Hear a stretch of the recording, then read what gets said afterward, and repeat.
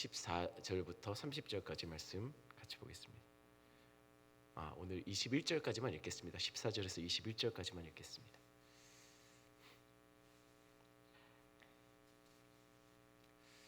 저와 여러분들 한 절씩 교독하겠습니다. 제가 먼저 읽습니다. 누가복음 4장 14절부터 21절까지 제가 먼저 읽습니다. 예수께서 성령의 능력으로 갈릴리에 돌아가시니 그 소문이 사방에 퍼졌고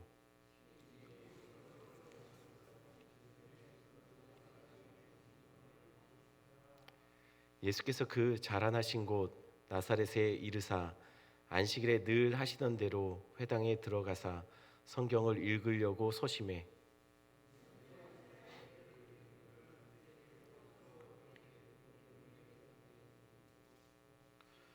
주의 성령이 내게 임하셨으니 이는 가난한 자에게 복음을 전하게 하시려고 내게 기름을 부으시고 나를 보내사 포로된 자에게 자유를 눈먼 자에게 다시 보게 함을 전파하며 눌린 자를 자유롭게 하고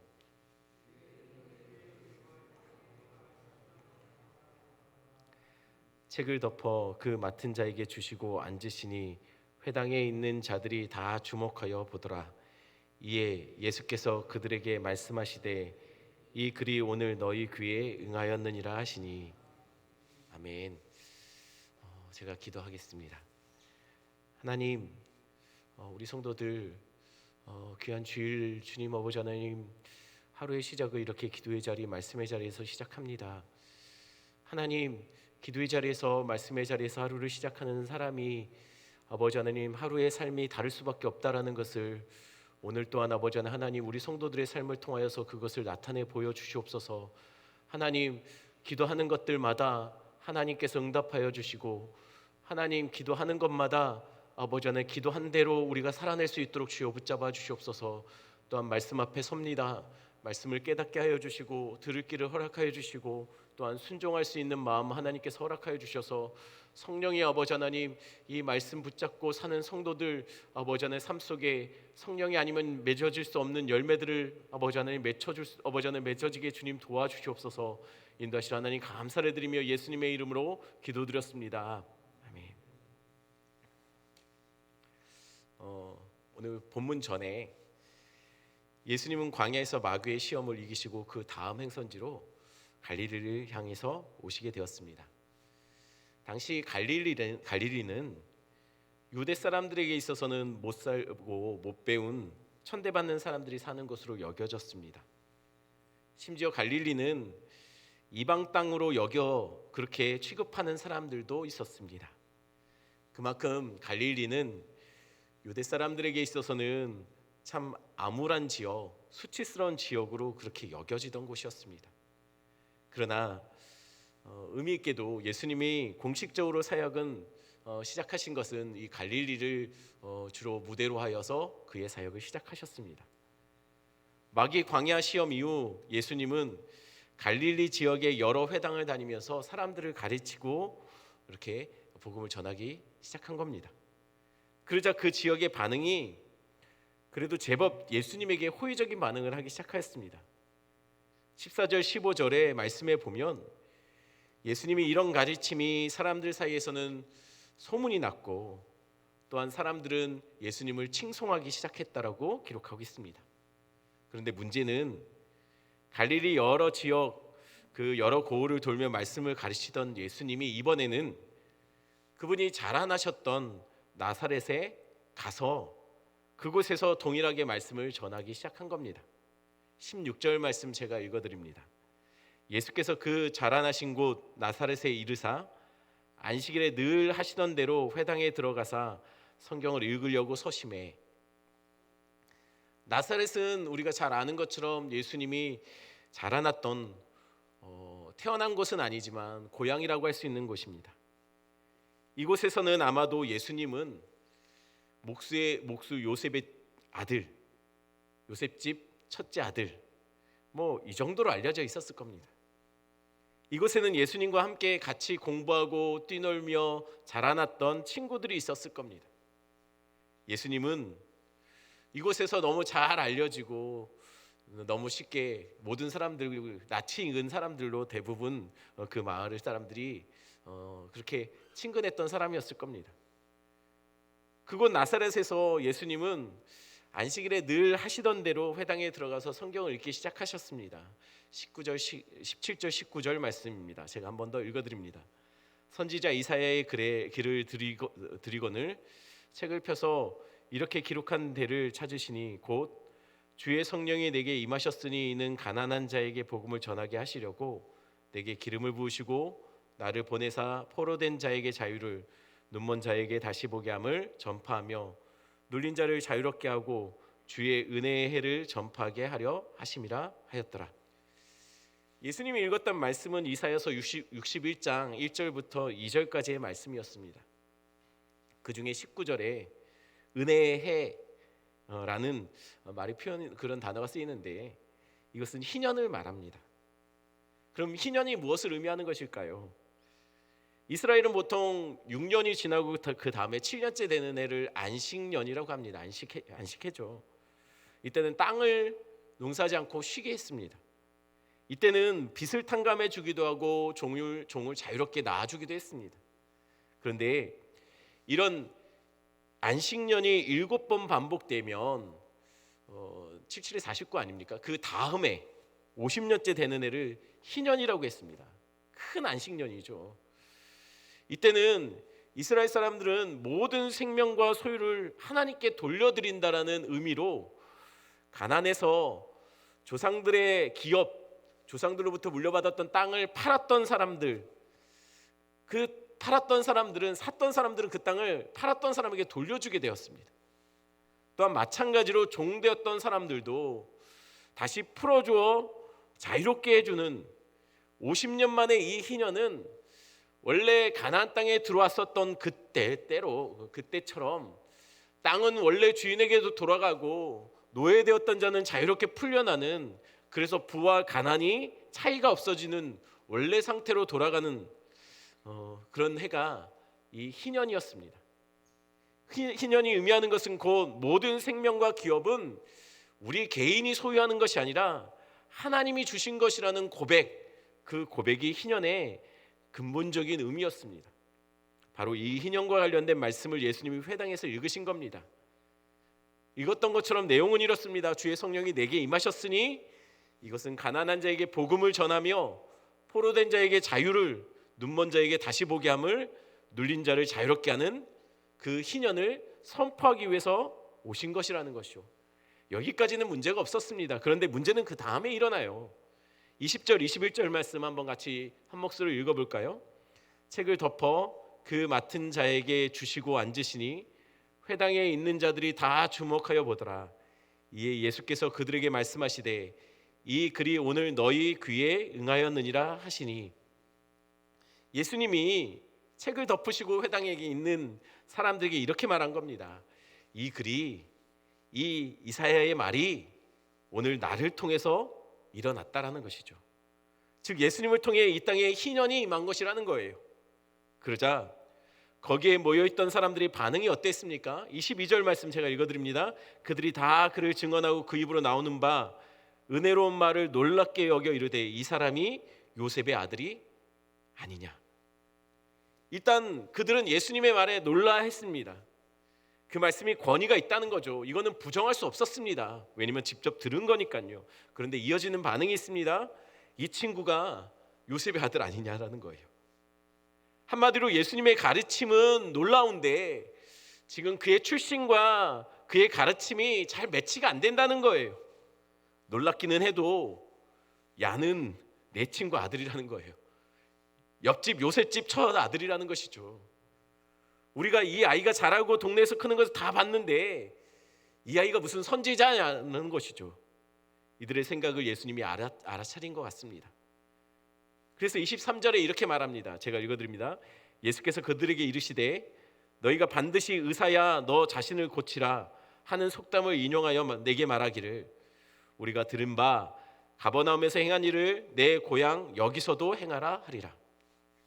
예수님이 그들에게 이렇게 말한 거예요. 의사야 너 자신을 고치라. 이건 속담인데 이 속담의 의미는 의사라면 자신이 의사라는 것을 스스로 자신을 고쳐보라는 거예요. 그래서 집중하라는 것이죠.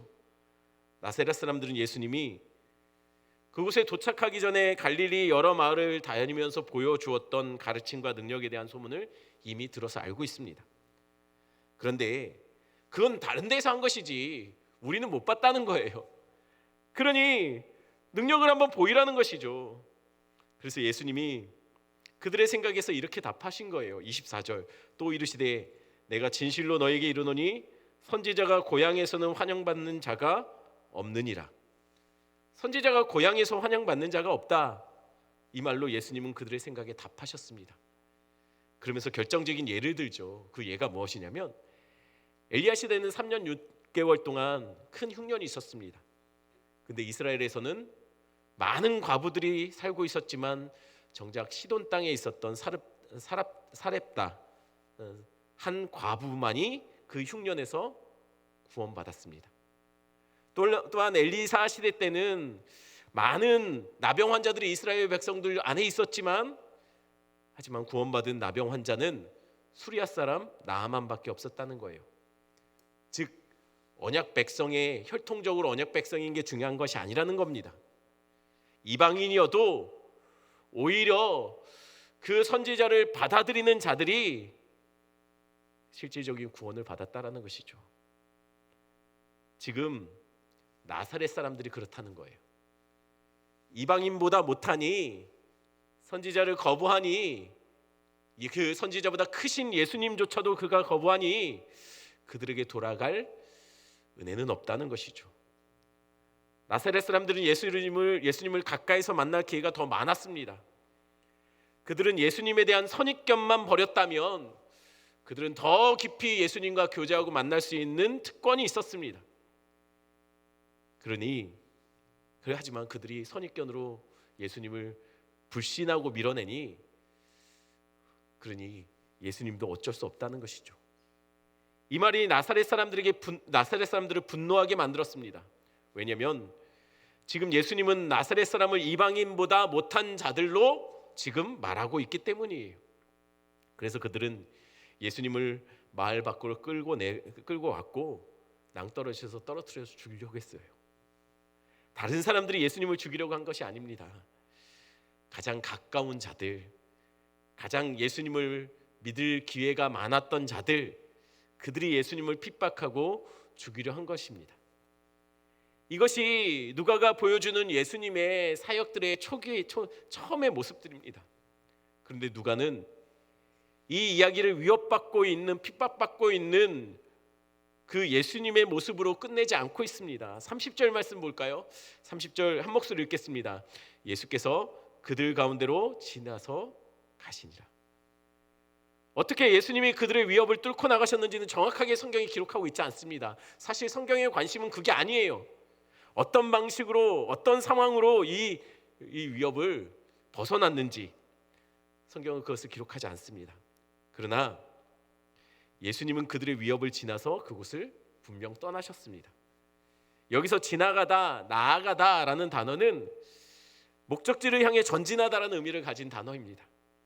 예수님은 가장 가까웠던 사람들의 위협과 핍박에 그 핍박에도 멈추지 않고 지금 그분의 길을 걸어가신 겁니다. 누가는 의도적으로 예수님이 앞으로 그분의 사역을 위해 어떤 위협도 어떤 핍박에서도 예수님은 그 모든 상황 속에서도 그것을 뚫고 주의 사명을 위해서 걸어가실 것임을 오늘 이 사건을 통해서 보여주고 있는 거예요. 우리 주님의 사역은 환영받지 못한 사역입니다. 그러나 그분은 그들의 핍박과 위협에 대항하지 않으셨습니다. 그들의 잘못을 정죄하거나 싸우려 하지 않았습니다. 대신 묵묵히 그분의 길을 가셨습니다. 앞으로 그의 모든 사역이 그러할 겁니다. 수많은 비난과 핍박이 늘 예수님을 따라다닐 겁니다. 예수님을 가장 반대했던 자들은 당시 가장 경건한 자들, 가장 예수님을 믿을 수 있는 예수님에 관한 많은 예언들을 다 외우고 있다시피 한 사람들이었어요. 바리새인, 서기관, 제사장들이었다는 거예요. 가장 은혜 받을 기회가 많은 자들이 예수님을 정죄하고 조롱했습니다. 그러나 그럼에도 예수님은 묵묵히 그 핍박을 감당하며 그 길을 걸어가셨습니다. 십자가까지 계속 전진해 가셨습니다. 십자가의 길에 우리를 가장 힘들게 하고 어렵게 하는 것은 우리를 잘 모르는 자들이 아니에요.